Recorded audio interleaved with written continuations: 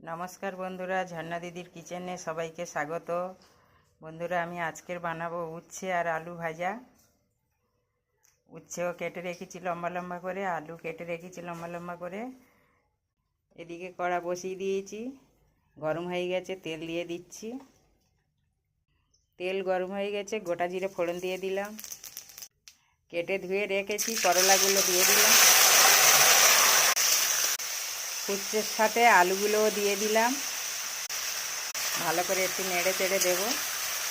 হলুদ গুঁড়ো দিয়ে দিলাম, পরিমাণ মতো লবণ দিয়ে দিলাম, অল্প লঙ্কার গুঁড়ো দিয়ে দিলাম, অল্প ধনিয়ার গুঁড়ো দিয়ে দিলাম।